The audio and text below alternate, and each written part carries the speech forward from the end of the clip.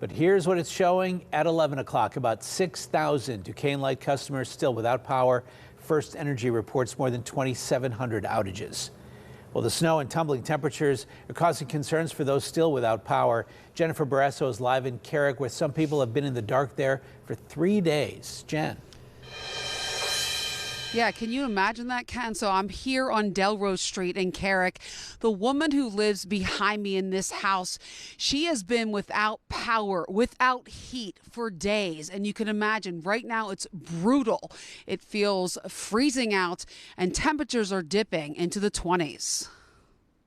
It's an adventure. The power went off. And then day after day after day, it's frustrating. And now that the temperature has dropped and I see snowflakes, I'm thinking, I have no heat. 72 hours without power. This is the situation for Kathy Southard and several of her neighbors on Delrose Street in Pittsburgh's Carrick neighborhood. The power went out around 7:30 p.m. Friday after this tree hit a power line and a street light.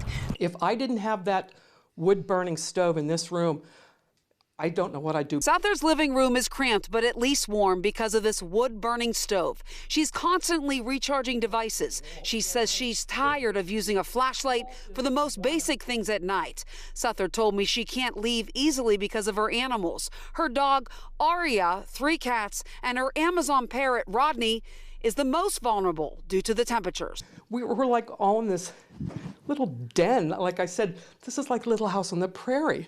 It's not fun. What is the temperature in your home right now? Outside of this room, it's 60. You can't cook food. No, can't cook food. And plus, everything I had is rotten. Everything. Southard's next door neighbors are elderly. They didn't want to talk on camera, but told us they are cold and they feel helpless. She's contacted Duquesne Light twice via their online reporting system, wondering how this street seems to have fallen off the radar. They're just saying it's like 1 or 2 houses out. It's not 1 or 2.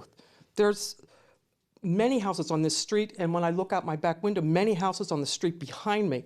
No power. They took the tree off the line at 4 a.m. Saturday morning, thinking, oh good, that's step 1. Well, step 2 hasn't happened yet. I reached out to Duquesne Light just about the outages here along the street. No word back from them yet. Shortly before my live shot, I tried to call the so-called media line and could not get through to anybody. Reporting live in Carrick, Jennifer Barrasso, KDKA-TV News. Yeah, a lot of frustration. Jennifer Barrasso, thank you.